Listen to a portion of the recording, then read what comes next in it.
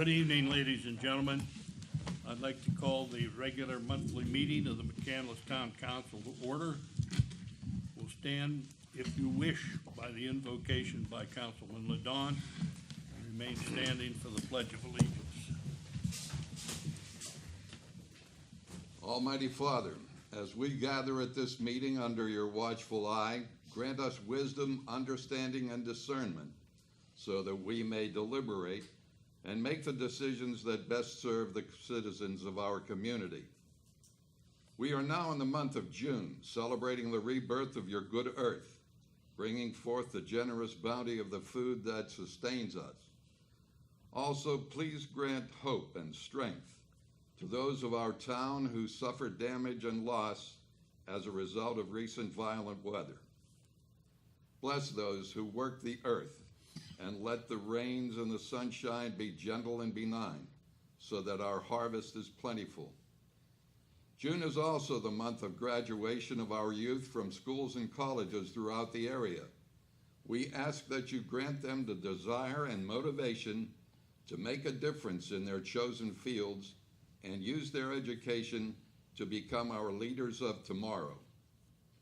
June is also the start of new families by way of marriage. Let those who become parents nurture and guide their children so that they will become productive and law-abiding citizens. Last week we celebrated Father's Day, for which I offer the following. Father, in your wisdom and love, you made all things. Bless these men, that they be strengthened as fathers, and let the example of their love shine forth. Grant that we may honor them always with a spirit of profound respect. Also, please protect and keep our military safe, as well as our law enforcement, firefighters, and other emergency responders as they work to ensure our way of life in this uncertain world. Amen. Amen.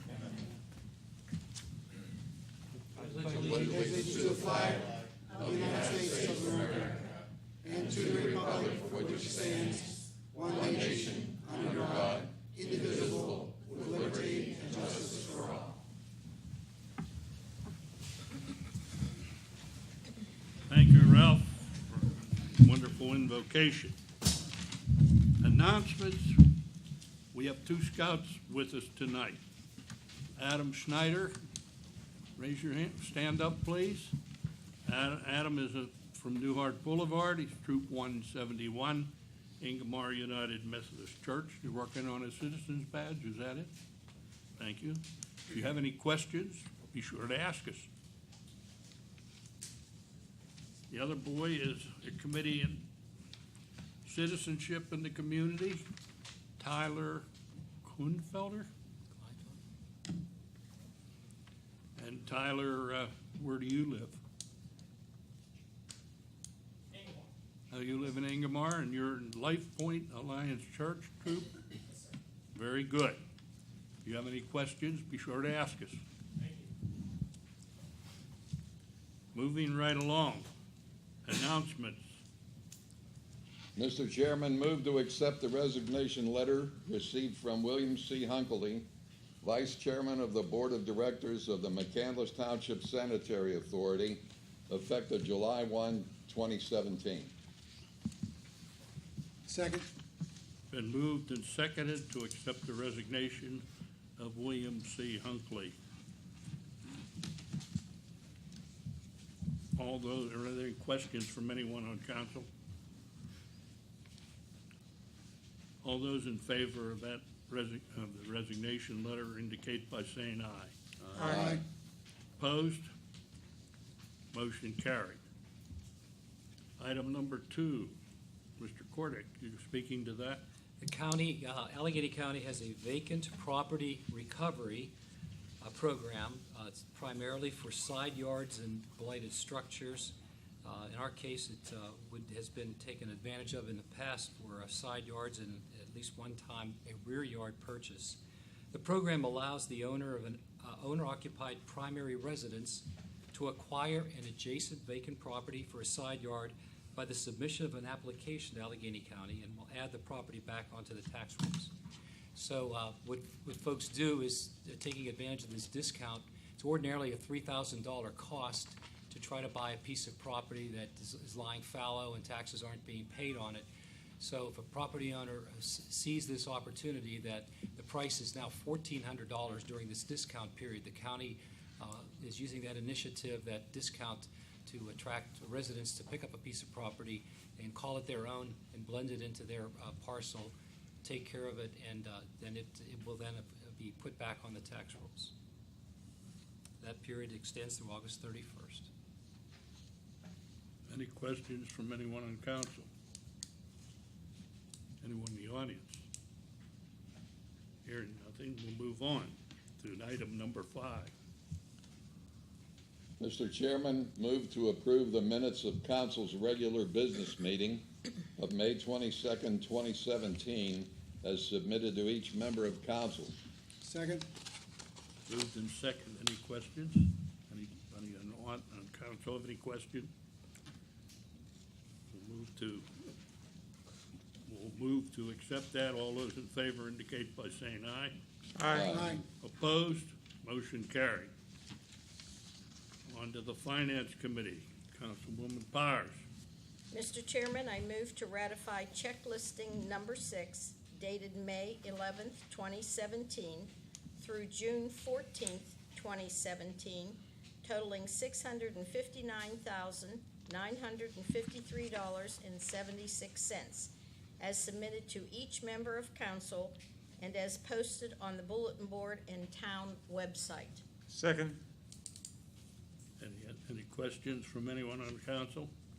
Anyone in the audience? All those in favor indicate by saying aye. Aye. Opposed? Motion carried. Public Works Committee. Mr. Chairman, I move to award a contract to Jay's Construction Services LLC to perform work under the town's 2017 Stormwater Management Facilities Maintenance Program in the amount of $79,335. Second. Any discussion on that? Any questions from anyone on council? Any questions from anyone in the audience? Hearing none, we'll call for a question on the motion. All those in favor indicate by saying aye. Aye. Opposed? Motion carried. Item number 2. Mr. Chairman, I move to approve a road salt contract extension with Morton Salt under the North Hills Council of Governments Year 2 option bid at a price of $66.40 per ton. Any questions from anyone on council? Need a second. I need a second. Second. You go. Second by Greg Councilwoman already Zachary. did. Second. Okay. Who seconded that? Greg did. Councilwoman Zachary's what I Oh, heard. wait, she Oh, said Zach. something different. Yeah, no, she's second. Kim Zachary, okay. Eeny, meeny, miny. Okay. We got a second, probably a third and a fourth, too. There you go. Okay. Any question on purchase of rock salt? Comment? Yes, go ahead. It's the same price as last year, which is I hope we don't need as much again. Even though we'll have to find this way to store it, it's better storing it than using it. Anybody in the audience have any questions? Hearing none, we'll call for a question on the motion. All those in favor indicate by saying aye. Aye. Opposed? Motion carried. Item number 3. Mr. Chairman, I move to authorize the purchase of two 2017 Ford F-450 utility vehicles, each in the amount of $34,860.25 from C. Harper Auto Group, the lowest responsible bidder under CoStar's contract number 025-251. Second. Second. Motion is made, seconded. Any question from anyone on the council? comment, please. No comment. For the benefit of the audience, and especially our two scouts, this CoStars program, it's an acronym that basically explains a purchasing program that the Commonwealth of Pennsylvania authors. So they take bids for equipment and supplies that those prices apply statewide. Sometimes they apply just regionally. So there were a number of dealers listed. C. Harper Auto Group had the lowest price. Any other comments or questions? Anyone in the audience have any questions? Hearing none, we'll call for a question on the motion. All those in favor indicate by saying aye. Aye. Opposed? Motion carried. No further business for Public Works. Public Safety Committee, Councilman Ladon. Mr. Chairman, move to adopt ordinance number 1465, an ordinance authorizing the enforcement of a stop sign on the eastbound lane of Waldwick Drive at its intersection with Remington Drive. For a second? Second. Motion has been made and seconded. Any discussion, Ralph? Not other than we had received several petitions regarding this intersection, requesting that the stop sign be installed, and after investigation by our Public Works and Police Department, it was found that the stop sign is applicable at that location. Okay, thank you. Any questions from anyone on council? Comment, I think the term several probably means there were several other intersections listed, because we received a petition, but there were several other intersections, but those were listed in Ross Township. There was a blanket form that covered both Ross and McCandless. Okay. We'll call for a question on that motion. All those in favor indicate by saying aye. Aye. Opposed? Motion carried. Recreation Committee, Councilwoman Zachary. Move to approve resolution number 10 of the 2017 series, a resolution requesting permission from the Pennsylvania Department of Transportation to place a banner across Perry Highway, Route 19 at the Perrymont Road to advertise McCandless Community Day. Second. Motion has been made and second. Any questions on that? Any questions from anyone in the audience? Hearing none, we'll call for a question on the motion. All those in favor indicate by saying aye. Aye. Opposed? Motion carried. On to new business. The first item under new business is the stormwater report from June 15th, 16th, storm that we had. Thank you, Mr. Chairman. We reported on this last Monday at our council committee meeting. That committee meeting is called an agenda review meeting, and we used that opportunity to report to council about the flooding that we had on 2 separate days, and the immediate response that was made, talking about what the status was then after just several days. We had a great response from our police department, firefighters, and Public Works Department. Great response from citizenry who helped gather funds, and an outpouring of support and donations to those who were victimized by the heavy downpours that we had on those 2 days. And since then, I've asked the Public Works Director, Mark Sabina, Bruce Betty, our Land Use Administrator, is a routine person here at this meeting, and Andy Banfield is also, those 3 gentlemen are sitting here in the front row. Andy is a stormwater hydrologist. He's been working for the town in that capacity as a consultant for over 20 years, Andy. And I've asked them to give us just a brief synopsis and about what we've been doing since then, and how that fits in the context of what we've been doing to manage stormwater for almost 40 years here. So, Andy, I think probably it would be best if you would comment, if you could come up to the podium and tell us a little bit about the storms and what you would like to say. Thanks, Toby. I appreciate it. And I've been here in the town for about 20-plus years doing stormwater management, and in the overall business for about 30 years. And this is the time when I come in and say, here's what happened. Well, you folks know what happened. It rained, and it rained very hard. But what my job is to let you know what those intensities were, and what we can do, and what we're trying to do to try to alleviate some of these problems.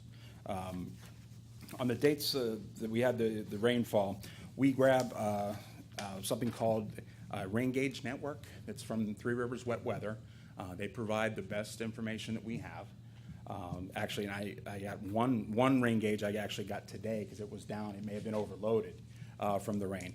But basically, what we saw, and as you've seen it in the damage that we had some pretty severe, quick-hitting storms. The maximum that I had previously was a 0.86 inches of rain that occurred in 15 minutes. That was surrounded by another 700ths and another 300ths of an inch. So everything tells me that in that 45-minute period, it was a real quick hitter, and that's what caused the problem. The rain gauge that I got online today that finally came up for that date even reports back a 1.16 inch rain in 15 minutes. Now, you've heard the terms before, oh, it's a 100-year storm, it's a 500-year storm. You know, what does that mean? Theoretically, a 100-year storm, which is very typical for floodplains, is something that should occur once every 100 years. Doesn't mean it can't occur tomorrow and the following day. But statistically, and that's all we have to go on, is that's what happens. This event was somewhere between a 500 and 1,000-year frequency. It's a number that we don't even study for, okay? FEMA will plot out a 500-year level, but this was going on top of that. So this was a very intense rainfall. And with it being intense and short, that's why we saw the damage in the smaller areas, the small pipes, small streams, drainage ways. And you didn't see anything happen on Pine Creek or the bigger streams. That's what the larger storms, like something like an Ivan, that is a long duration, constant 1.2 inches per 15 minutes, and that's over a long duration. That's when we start to see the big floods in the streams and the rivers. These small, quick hitters, which unfortunately Western Pennsylvania is known for, are the ones that we saw come through the area. So, we're working in our stormwater management program, our pollution reduction plan, which is coming up, to try and avoid some of these issues. Try to help out with a little bit more, not only water quality control, which is what the pollution reduction plan focuses on, but also peak rate control, because we want to try and mitigate some of these if we can. These larger events, it's very hard to do anything about, and I sympathize with all those that were damaged. Like I said, you don't need someone up here in a suit and tie telling you what happened. But what we can do is we can do an analysis of it, try to see what did happen and what we can do to help out in the future. Now, Andy, we have had stormwater management in place since 1978, we had a rudimentary ordinance that was passed based on a state law. The State Stormwater Management Act was passed in 1978 on the heels of the 1977 Johnstown flood, which is, to my knowledge, a third major flood that Johnstown had. They had one in 1889, 1936, and then a huge one also in 1977. And I know there are a lot of people from the Pittsburgh area that went back there. I happen to grow up in the Johnstown area. I wasn't living there at the time. I was in the Navy, but I was checking on my parents to see how they were faring. But I was glad to see what happened is that the Stormwater Management Act was passed in '78. So when I entered municipal work in 1981, municipalities didn't have stormwater ordinances and stormwater management. So what happened prior to that ordinance, the traditional way of handling runoff was ditches along roads, and then that migrated into contained pipes along roads, and then curbing came along, especially in what we used to be a township. In the suburban areas or in the rural areas, that was the more basic way of handling stormwater, and in cities it was a different type of curb, the straight-faced curb and inlets and so forth. So over time in McCandless, a lot of development. In fact, my estimation would be probably approximately 3/4 of our development occurred prior to the Stormwater Management Act. And the idea of piping storms was now, after 1978, was combined with detaining water, the volume of water and the velocity of water.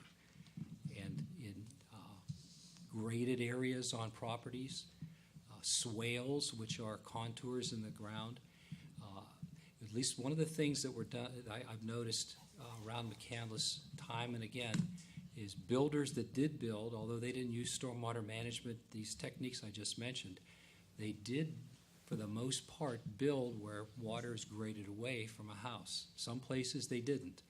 And some of those places are along streams in McCandless. So we have done some retrofitting, have some large-scale, call them regional detention facilities.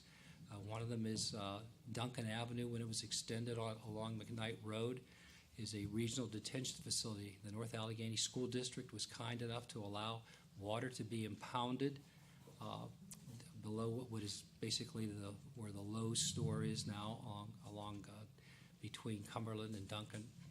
And that's a 5+ acre area. I think it's 22 feet deep at the breast. And that area alone impounds water for the homes that were built across Cumberland, for Guinevere and a lot of those other streets in that area, and also detains water for the development that is called down McCandless Crossing West. We have other dams. Whitmer Dam we put in with help from Allegheny County with community development block grant money back in the 1980s. We did some stream work along Whitmer Run because Whitmer Road was falling into the stream. LaRoche College, their front yard is an impoundment area, and it covers more than just their property. It covers the McCandless Crossing East stormwater detention in large part. So we have a lot of that retrofitting that's been done. And the new development that's occurred since 1978, there have been new stormwater ordinances. A series of amendments have been passed over the years as his hydrology, his science has gotten more and more refined, and they've tried different techniques. So that all the development that's occurred since 1978 has had some form of stormwater management. But again, before that, it did not, and that's where we see a lot of our problems. So back to you, Andy. Yeah, and just an important fact to put on to that as well, with the ordinances being, with the town's always been at the forefront with pushing that. We're trying to get with our latest ordinance that was passed by the North Hills COG. So this is all the communities in North Hills, and it's also will become countywide very soon.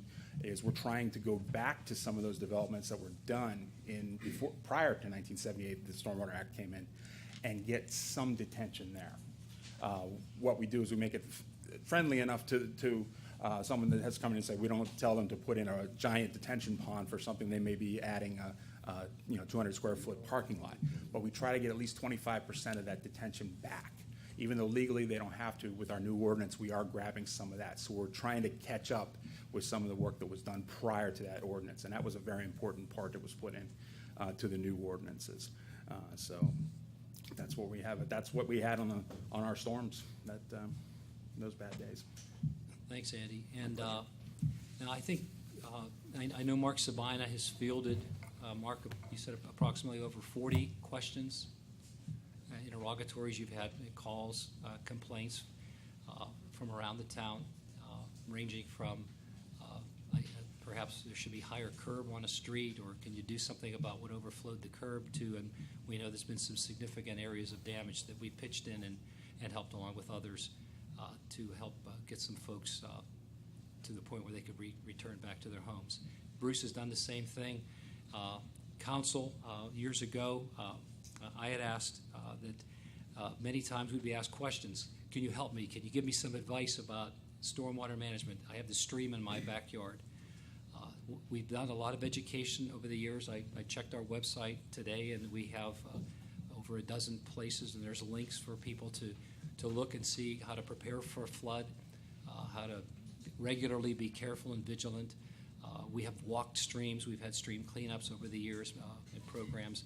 And one of the things we've done is we've had council's permission to have Andy and his predecessor, the owner of the company, Jim Ventura, the company is Partridge Venture Engineering, now called PVE, working with Bruce and also with Mark and sometimes me, where we help brainstorm and look at individual property owners' situations and give them guidance so that they can maybe have a better situation.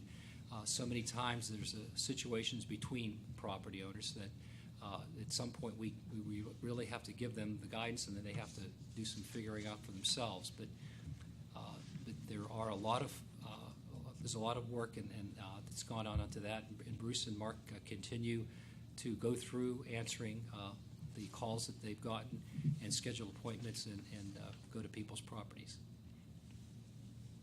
I think that's generally what we have, and if there are comments by anybody on council, Mr. Chairman, or someone, if there are comments from the members of the audience, and if there's something we can answer, a question that we can address right now, we're be prepared as we can to do that. If it's something we don't know the answer to, we'll find out. Well, as you know, when I first came on here, on the council, Speak into the mic, please. can't you hear me? Not as well as I should. When I first came on council, I took that, we were Board of Commissioners then, I took on the project of trying to regulate storm water. It was a big job. There were no state laws, no guidelines. We met with people, and we got a program going. And like Mr. Cordick said, we tramped all the streams when there were flooding. We tramped up through projects, and we came up with a plan for detention ponds. They work. They have to be maintained, but they work. How many do we have now, Mark? 119, something like that? Between public and private, it's over that.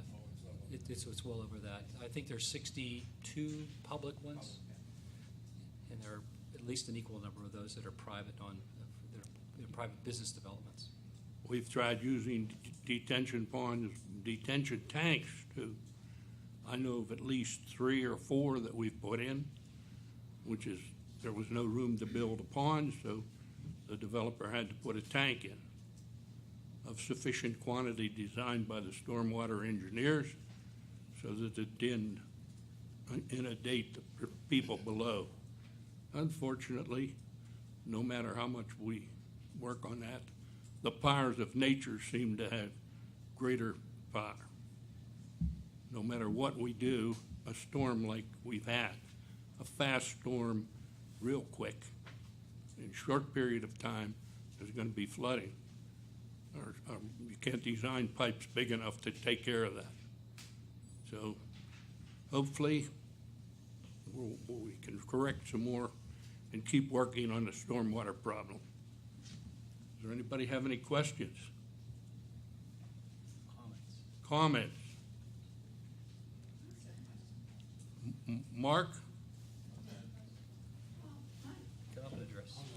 Come up and address yourself.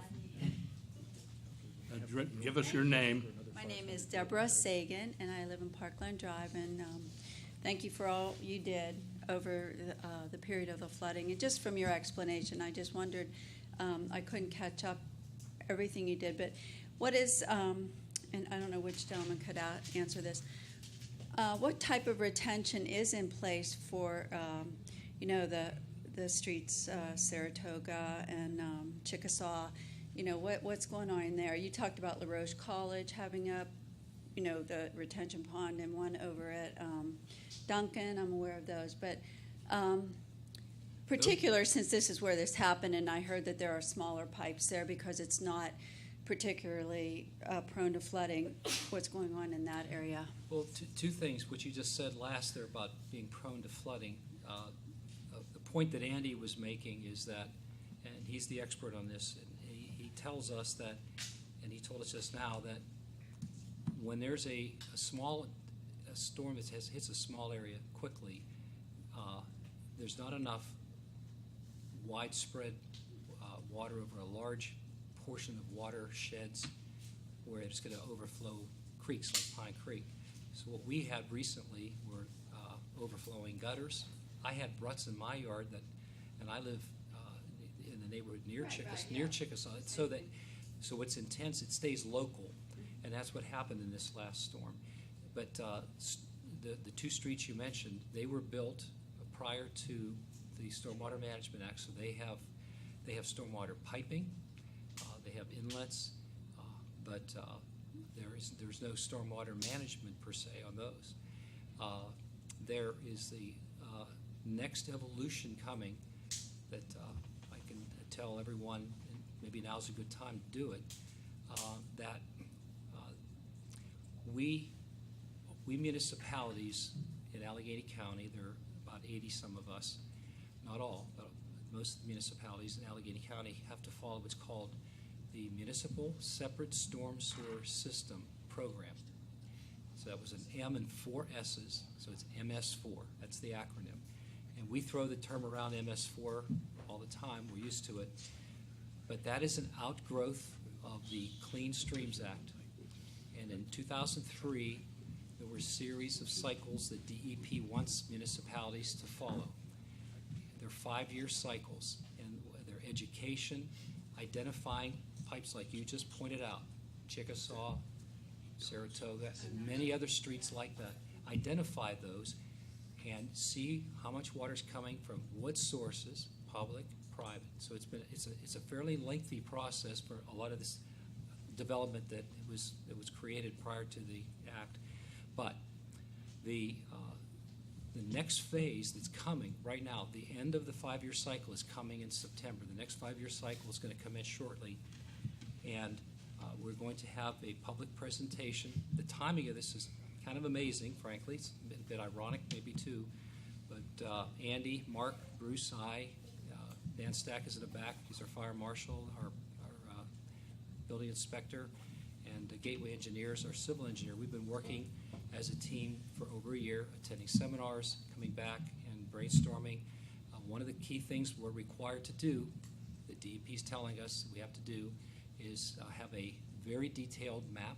The more local knowledge that we can put into that map, which we have done, significant local knowledge, the more accurate it's going to be, because there's a state map and there are Google Maps that can be used that the state will allow, but it won't have anywhere near the accuracy that we're getting. Thank goodness we're able to afford that, because I think we budgeted about $45,000 for the mapping and the program that we're working on. And the ultimate goal of that is for these next 5 years is to keep doing what we've been doing about identifying and now starting to program fixes for the past on volume and velocity, stormwater management, and adding another dimension, water quality, to that. So the emphasis of what you'll hear, it'll be on July 24th. Council has cleared that for takeoff. That and the time will likely be, we'll promulgate this as many places as we can. 6:30 to start the open house. We'll have a presentation in this room about 7 o'clock, and then we'll go back to having an open house and have some centers set up in this room so we can go over what the future holds. It's primarily, this part is primarily on water quality and sediment reduction. We're required to reduce sediment in streams, which we have stream banks that are eroded because pipes go to streams, they shoot water at the streams, and they erode. So, we will not lose. We will stay identified with water quality. Water velocity and volume. I'm sorry for the long explanation, but No, that's very interesting, especially the part. So, if I understood you correctly, this came down from the state or the county in 2003. It started. So It started in three. It came out in. There were So goals that they told us that 3, we should have over in 5. We've completed this. We're completing our third 5-year cycle.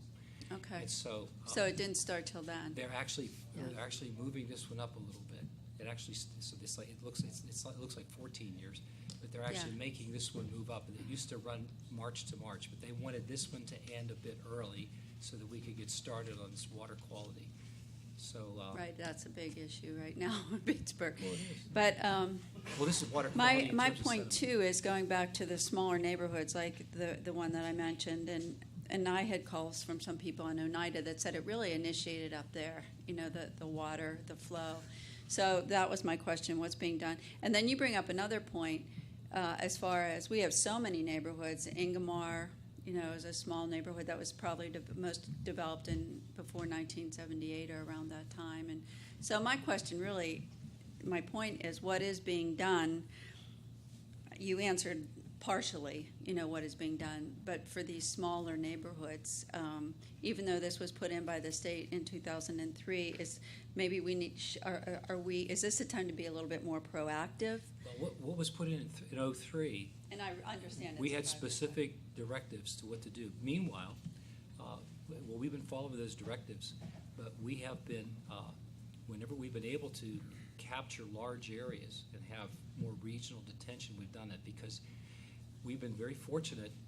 The McCandless Crossing development, for example, that captured stormwater that helps the areas along West Little Pine Creek.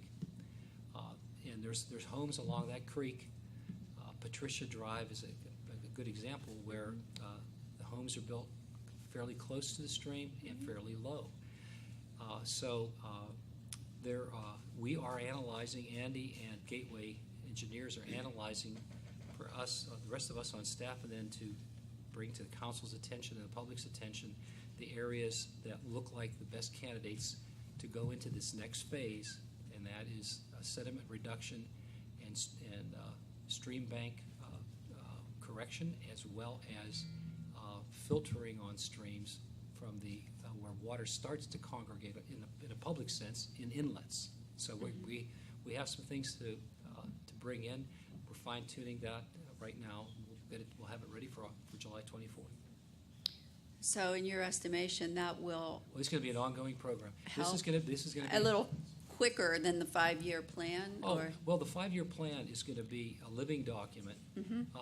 Say another development comes in that's going to be able to do maybe something that we had identified that we could do over a stream portion. Because one of the big rules that we still have to follow is the relationship between the private property owner and the Commonwealth, where the stream flows to that property, not the municipality. DEP is now bringing the municipality in more than just an advisory role. They're bringing us in. Council's going to be hearing this report, and we'll be submitting some items that'll be part of our capital budget. This will also dovetail into our comprehensive planning that's going to be starting shortly too. Yeah, So anxious for that. we kind of have this triangulated right now. Okay. But please don't think for a second that in 03 this was started and we haven't done anything. No, Oh, that's- it doesn't sound like it. No, we have. We really have. Right, but I just wondered if it was enough, to be honest with you, and whether it was just driven by what was coming down.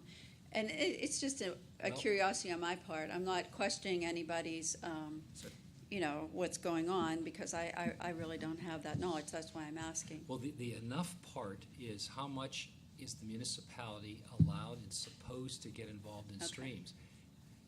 DEP is now saying they want us to. Yeah, okay. Before they didn't. Now, I noticed that there was a $79,000 contract awarded about stormwater management. So, is that anything to do with what's going on? Andy, So, if you come sorry back to up take the- so much time, but thank you. I think those are great questions. Yeah, real quick, it's the contract is part of the ongoing maintenance that we do in the town.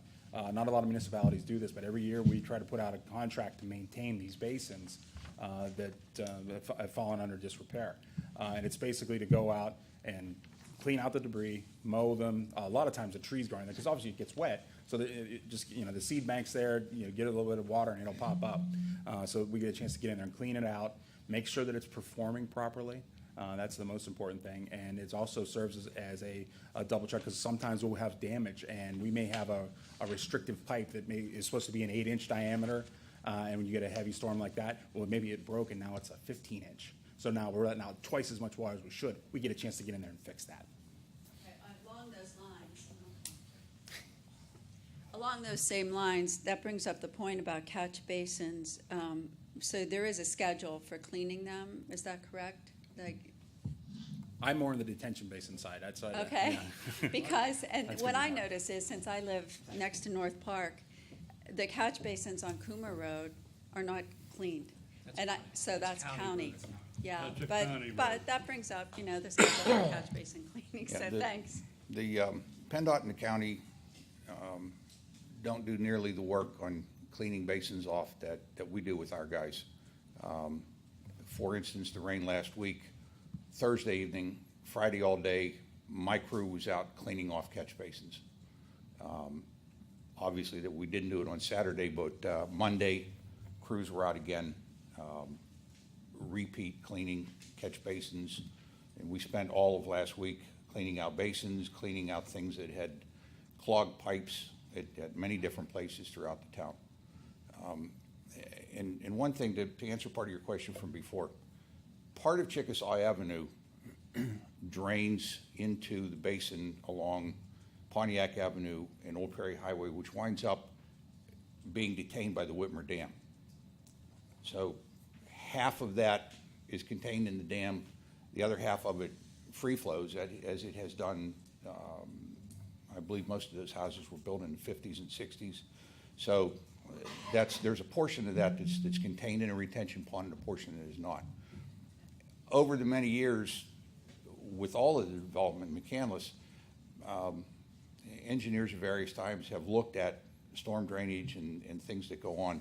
In the mid-60s, Chester engineers, kind of under the watchful eye of John Kane and one of Andy's founding fathers at PVE Scheffler, or PVE Engineering, I'm sorry, Don Partridge worked for Chester Engineers. In the mid-60s, they undertook a project to evaluate all of McCandless and look at all of the storm sewers that had been installed prior to that and make suggestions about what should occur going forth from there.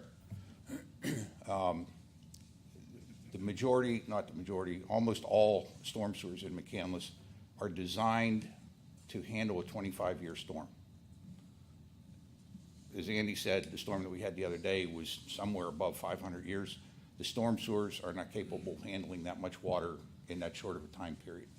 So when you have that, we do get a lot of debris that washes down on top of the catch basins.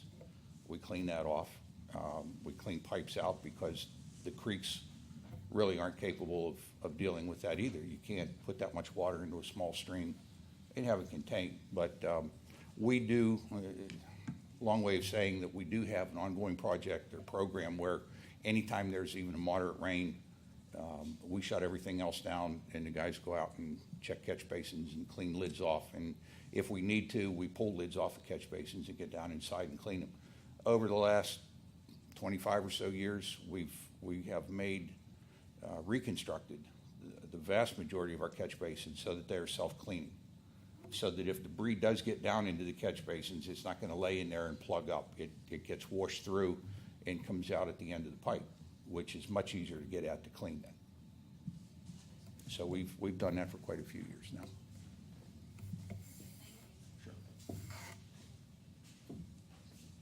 Hi, my name is Lisa Hansman. I live on Highland, and I just want to say thank you to everybody for what they did. I understand all the excess water that came down, but I also wanted to mention the runoff that we have from the front side as well as the back side. We have a pipe that's open that the water runs down every time it rains, and we have a gully that's been created due to the erosion of that water that also goes into that stream. On the front side, we have, I believe it's a natural stream across the road that continually runs, and because that, I don't know if it's a ceramic pipe being older, that it's broken, and so every time it rains, that all that sediment washes over and covers the grates. So every time that happens, we also had runoff from the house beside that, from on the hillside as well. I don't know if anything can be done with that, but I just wanted to mention that our flooding occurred a lot from the opposite side of the creek. Do we have your contact information? I don't know, but You I don't, can you give don't have it to to obviously him. give it publicly, but if you don't mind giving it to No, Mark. not at all. If you, Absolutely. before you guys go home Sure. tonight. Thank Yeah, you. absolutely.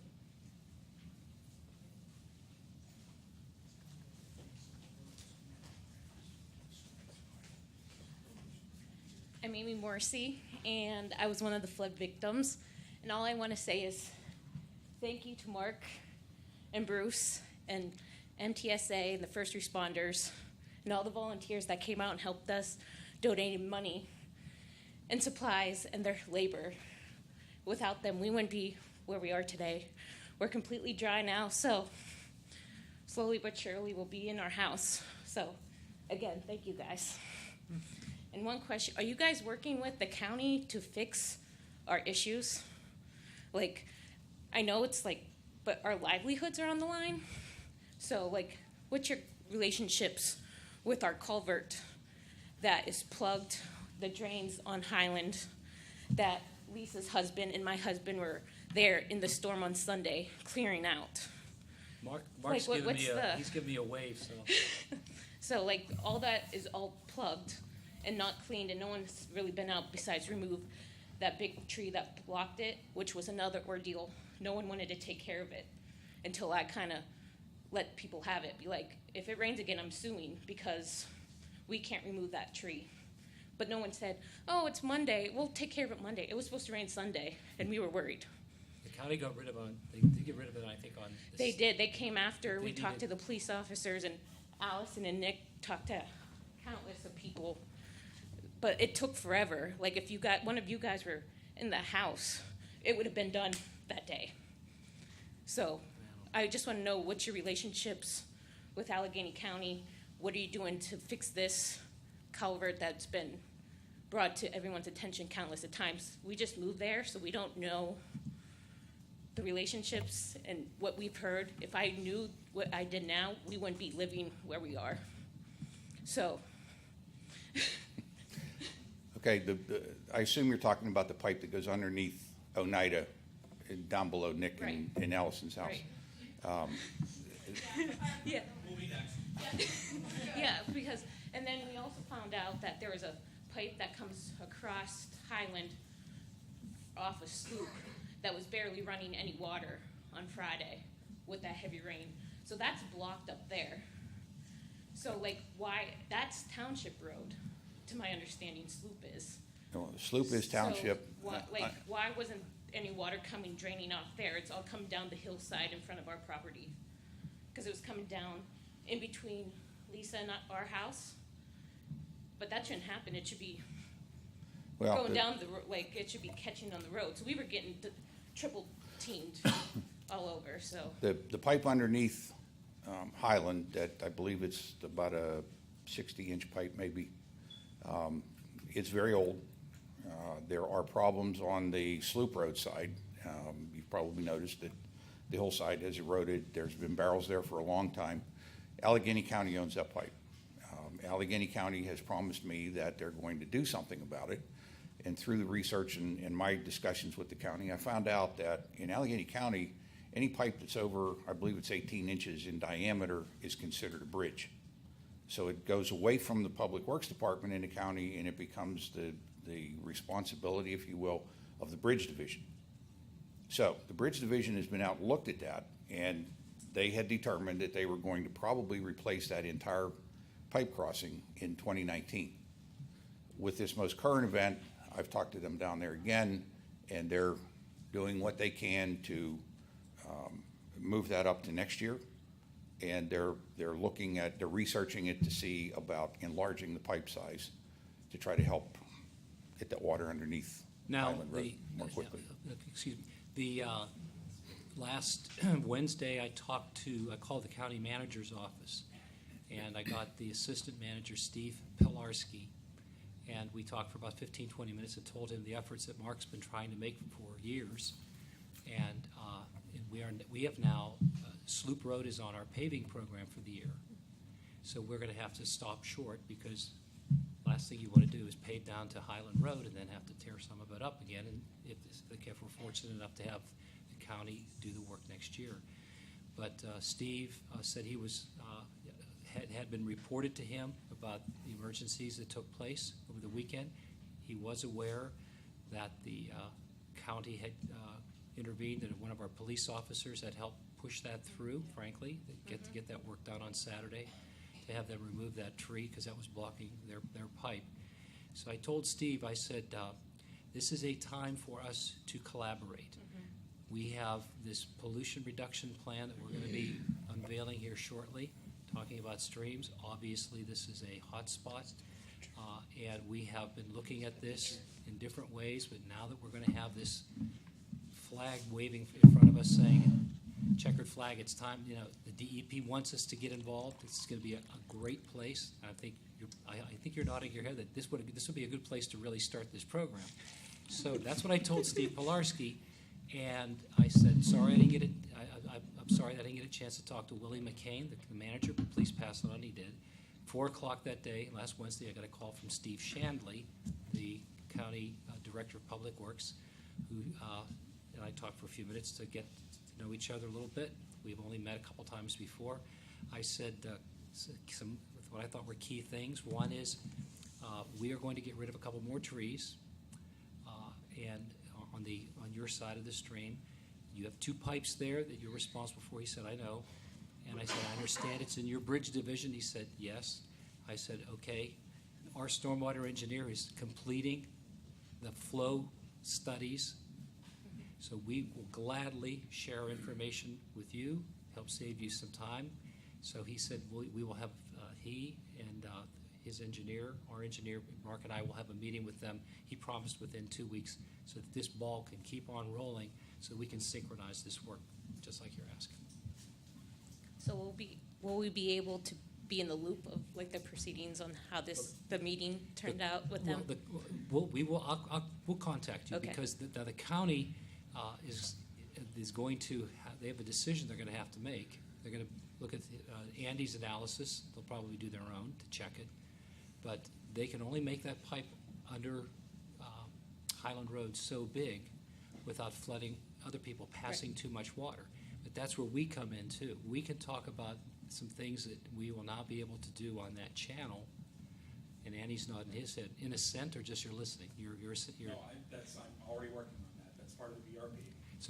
So we want to collaborate with them so that we optimize the size of the pipe under Highland, optimize what work we're permitted to do, and council authorizes in a budget, and then county fixes the outlet of that pipe that's been collapsed. There's been barrels sitting there for years, and that's impeding our work on sloop and drainage as well. So we want to tie that all together. We'll keep you posted, Amy. Thanks.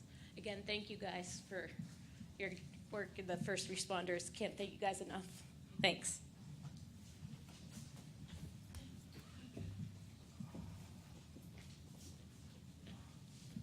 We'll go ahead and move down Highland Road.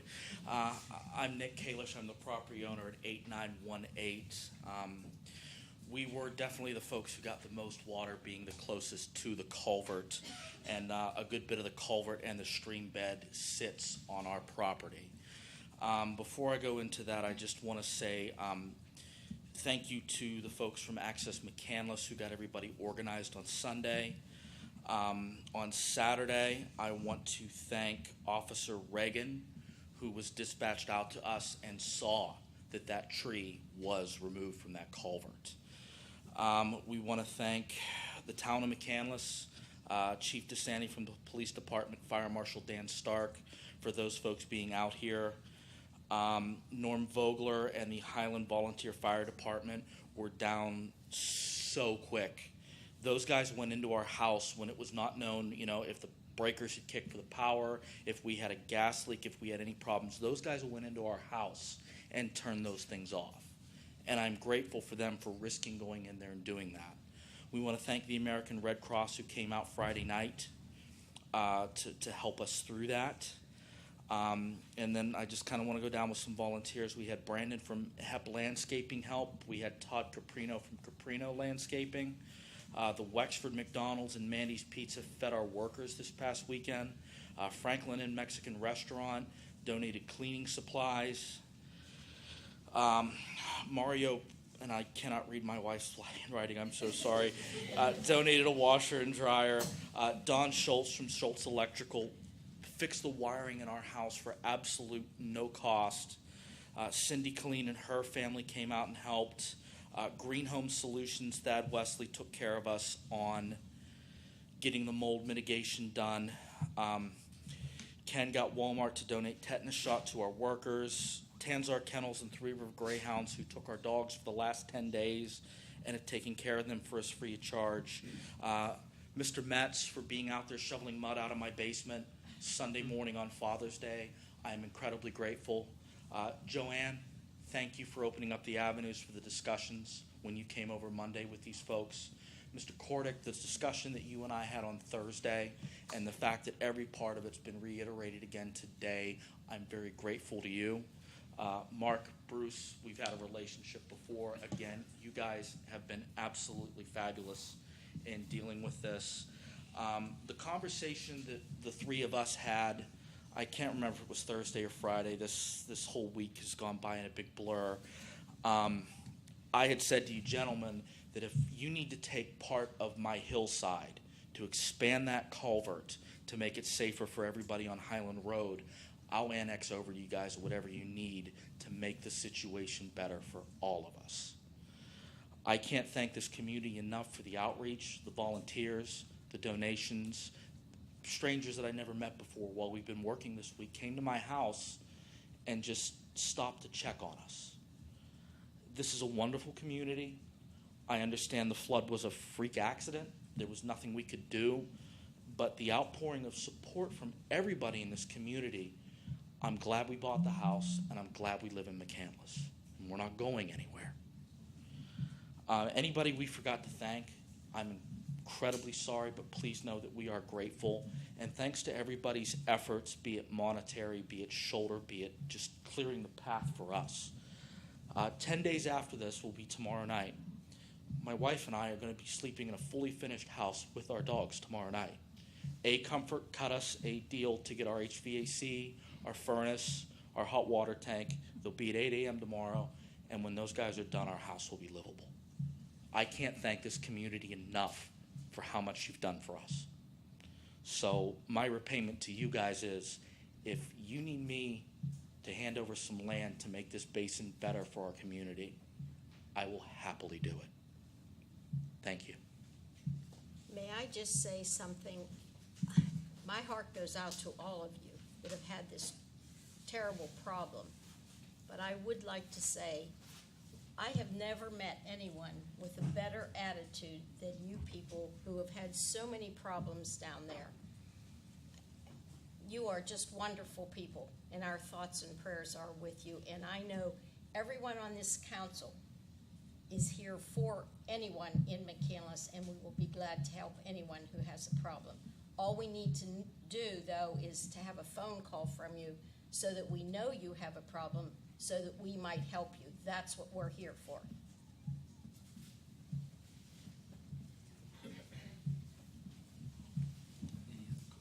Any other, do you have another comment? No, I'm done. Are there any other comments? Hearing none, we'll move on to any other public comment.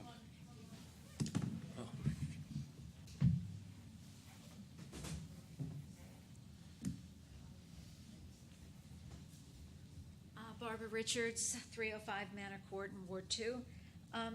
We've been talking about the flood victims, and I guess I'd like to address what the town can do for us about information, and I don't think we've talked about that very much. And the other day I was looking for on the website about stormwater management, and there was an awful lot about what residents can do themselves, like how we can help ourselves.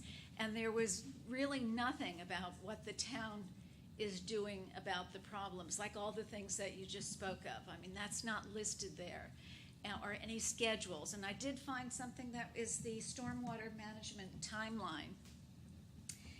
And I noticed that it ended on 2016 was the last entry. And it said a second functional and educational rain garden controls and filters stormwater at the new Town Heritage Center. And then just tonight, I opened this up again, and I see that there's a new posting on the... Yes, we updated it today. I checked to see how that looked today. Oh, okay, so 2017 was just updated today. Okay, Right. So it says town staff and engineers plan for next phase of implementation of the Clean Streams Act and PA DEP regulations with the focus on water quality added to stormwater controls. Town is working toward adding water quality features on the town public works grounds in the town hall complex. Could you just explain what all that means, and what does that mean in the context of what just happened, and how everything is going forward? I'd be glad to, Mr. Chairman. glad to. Go ahead. I think I did already tonight talk about all of what we've been working on as far as velocity and volume control, and now entering the new phase of water quality. So I don't know if I have to repeat that. I think I talked for about No. 5 minutes on that. But and that is, and again, is the work that's been ongoing. I just checked to see if, how up to date we were on that, and it was a simple matter of adding that one key point. I put in one sentence, I said, I think there, what we've been doing for the past year to get ready for this next cycle of water quality. And secondly, the town area that we're working on, our Public Works Department, we have now started the process of putting 2 containment areas that are going to serve as water quality areas so that we can augment what we have up here at this end. Because that soccer field parking lot, we put 2 demonstration, with the Audubon Society's help, 2 demonstration rain gardens in.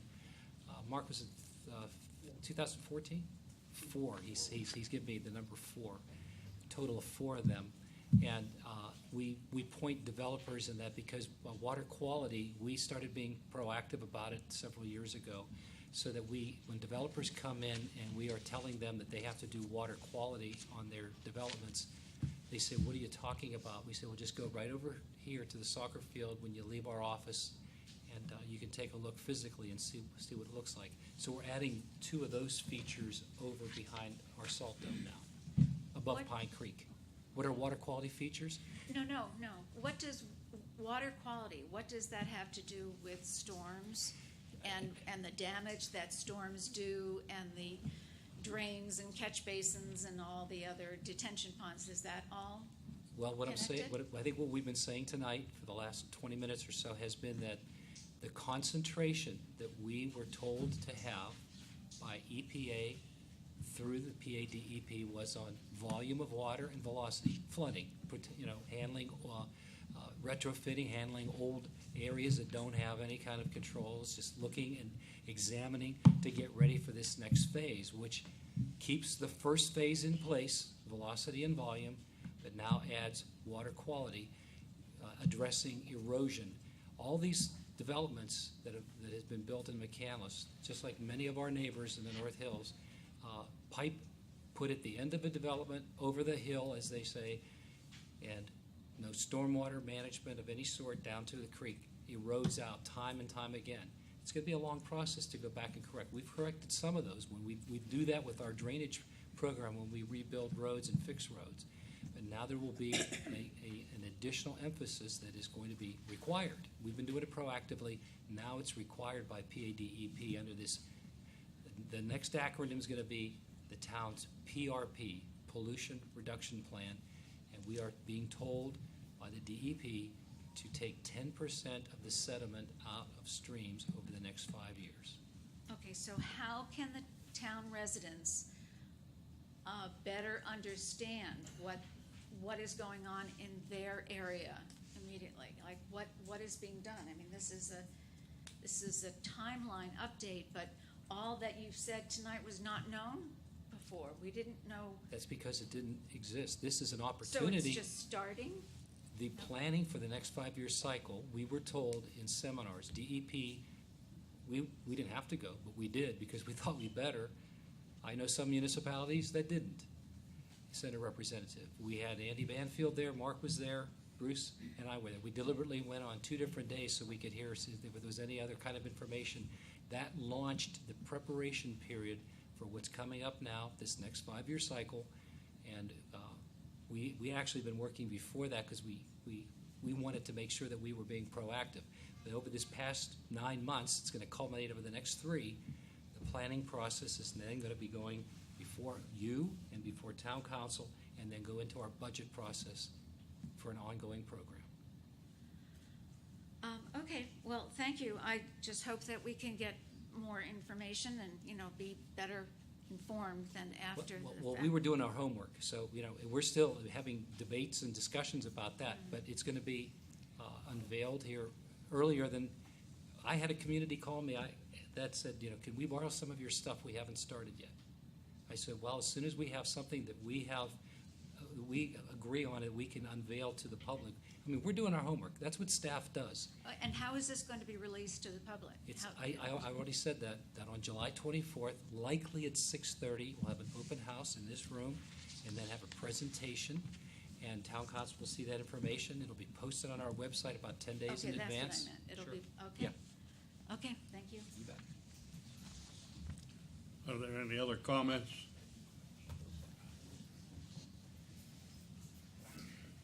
Hello, my name is Matthew Morrissey. I live at 8920, and I just want to thank everyone for coming out and saving us, basically. The only other question I have is I know when they said that you were looking at the culverts that were under Highland and Sloop. I know that's a county issue. I understand they were looking to widen it.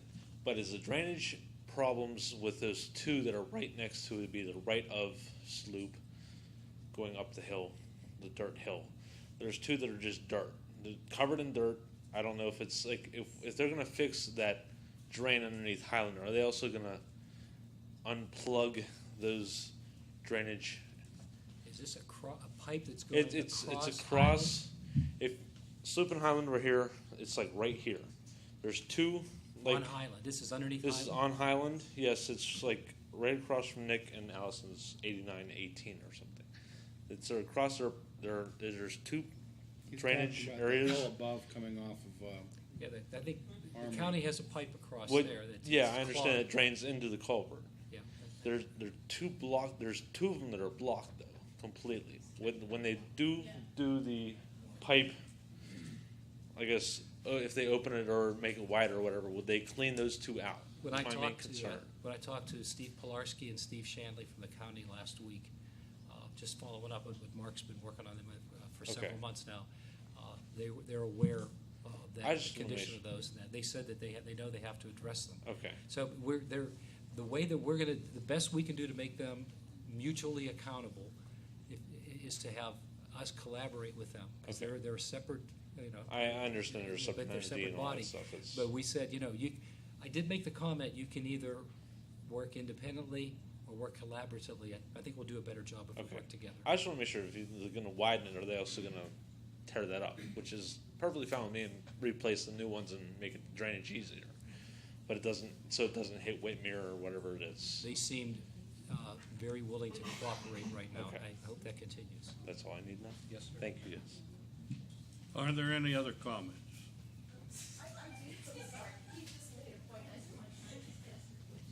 I just have a really quick question. In the meantime, if this would happen again, since that's county, who do we contact to make sure that it gets cleaned out so it doesn't become a bigger issue? I mean, my husband will get in there and clean it out, but to me, that's not safe. So And I the was one- just wondering, who do we contact since it's a county issue? You're talking about the Until big it gets- culvert? Until it gets fixed. Those grates that get covered every storm, who do we contact so that it doesn't get to a point where we're worrying about flooding again? Well, Nick and Amy have been willing to let us take some additional trees down, so that there was a tree that we didn't think, Nick said there weren't walnuts falling from it. It looks like Identified as a locust. a locust. And we, the town has a contracted tree service. We're gonna make that tree go, because it's been undermined. So there's some things that we're gonna try to get out of the way immediately, so that they're not gonna fall and clog up. Okay, so this is on the opposite side. Okay. Yeah. Okay, so the opposite side, Mark wants to comment. I would just say that after I talked with Nick and Amy the other day, or Matt and Amy, I'm sorry, I called my contact with the county, and he assured me that he was gonna have a crew out there to clean those out. If it's not been done yet, I will call them again tomorrow morning and find out where his crew's at. But he did admit that somebody on his crew, I guess that was out there over the weekend or whatever, reported that they needed cleaned out. So I expected that they would have been done by now. So I'll make a phone call again tomorrow morning. Any other comments?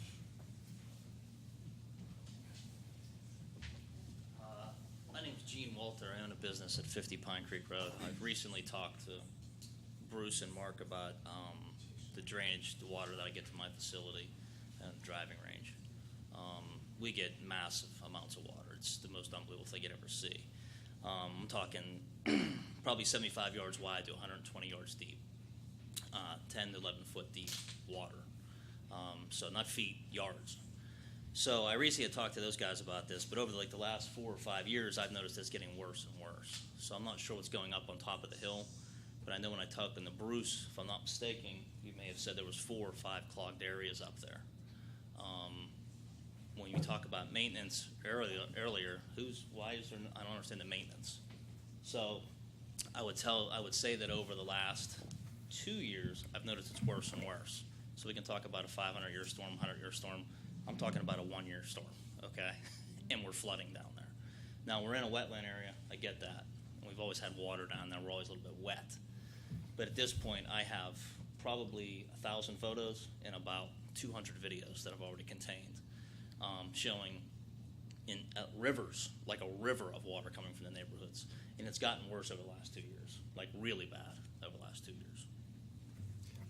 Gene, since you and I talked last, and Mark went out and had done some further research, he had someone up at the Donna Drive facility and cut down the weeds that were there.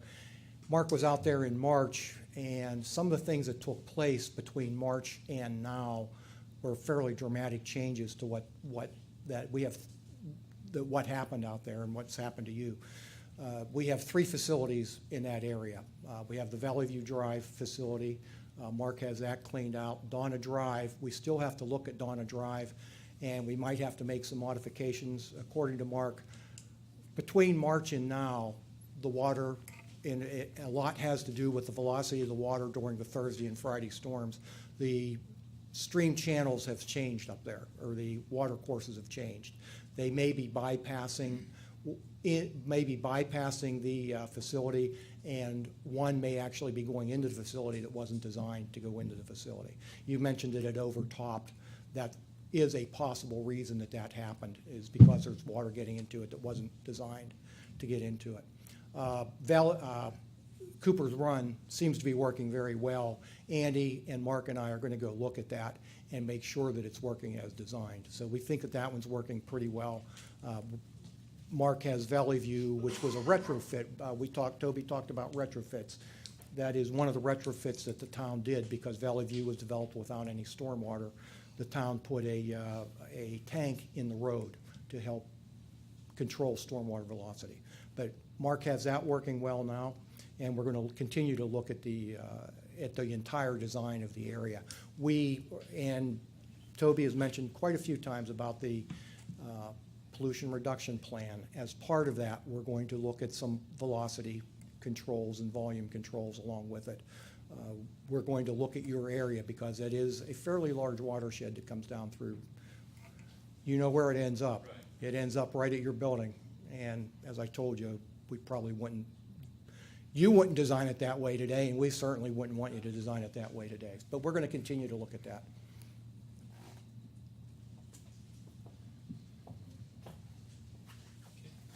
Any other comments? Hi, Rita Martin, Grubbs Road. I just had a question for you, Tobe. You were interviewed by the media concerning this, and you mentioned something about a grant that was given to us in 2008. Could you tell me a little bit about that? I didn't catch what the grant was for, how much it was for. Yeah, I think a lot of the 45-minute discussion that I had with Channel 11 ended up on the cutting room floor, but you know, they wanted a sound bite. That's what they selected. In 2004, we had 2 storms, Francis in August and Ivan right on its heels, and those were the major type of storms that were widespread, not the smaller pockets that we had that were very intense. This was intense everywhere. So those served as triggers for the Council of Governments to, there's a managers committee that meets regularly. There's a board of directors that meets every other month for the COG. And the manager from Aetna came in. She was crying, and she put the keys on the table and said, I can't take it anymore. You guys upstream are flooding me. And I said, time out. We've done a lot since 1978. We're going to continue to do a lot. But it's time for us to do it together. So the COG put together an assessment program where all the communities, all 18, we assessed ourselves to put together matching funds from all the communities based on the size of community. And we sought funding for DEP. We got a significant grant to inventory storm water containment facilities that had already been adopted throughout the entire North Hills, and also design an updated stormwater ordinance. We worked with a fellow by the name of Barry Newman. I don't know if Barry's with DEP anymore, Andy. I don't think he's retired. But he met with us, and he was so impressed. He said we got funding. It was in the neighborhood of $300,000. So that's what the grant I was talking about. So this we was can work for jointly. joint grant for And then many each of the communities. municipality go back into their own home turf and work on what they could do. But one thing we all pledged our troth to do was have a stormwater ordinance that was comprehensive throughout the North Hills. All 18 were supposed to have the same ingredients in their stormwater ordinance. And then each municipality was to go back and then implement that correctly. It didn't help Aetna in 2010 or 20? Well, they have, Aetna's at the bottom Yeah. of the funnel, but they have done a tremendous amount of work. Shaler has done a tremendous amount of work. They're the nearest neighbors. Hampton, just above them, has done a lot, and so have we. And the county has dredged North Park Lake, and there's been a whole lot that has been done since then, actually. That triggered. And just a real quick question that I had. When you go in and retro communities or development that occurred before this, the floodwater, before the 1987 mandate from the state to 78. do it. Oh, 78, whatever. What happens, like our house was built in 60, okay, the community there in 60. Who pays for that? Is it paid for by the township? Does each individual person have to pay for any changes to the drainage on the property? Who would be paying for that? So far, the town's philosophy has been that the work that we do for stormwater has been out of general taxation. Oh. And so we're all beneficiaries of that. It's going to depend on how concentrated, how specific these areas are. It's going to be up to the town council when we go through this next phase, because I've said it several times tonight, I think it's a good opportunity to get the word out that DEP is now saying we want municipalities involved in streams, and because that's been different from their previous guidelines and directives. So that is still something to come. Meanwhile, the work that we do on our own roads, the town public roads, the requirements that we have of developers, I wouldn't imagine there'll be any change in that. We're just going to continue our philosophy. Okay, thank you. Any other comments? Okay. We'll move to number 9. We have number 8, general comments. Oh, general. Do we have it? I thought this was general comments. Anyone else have any comments? I don't hear any. Item 9. I need a motion. Mr. Chairman, I move to adjourn to July 6, 2017, to reconvene in executive session at 6:30 p.m. for the purpose of conducting police candidate interviews. Second. Okay, the meeting has been moved and seconded. Question on that motion. All those in favor indicate by saying aye. Aye. Opposed? We're adjourned to July 6th.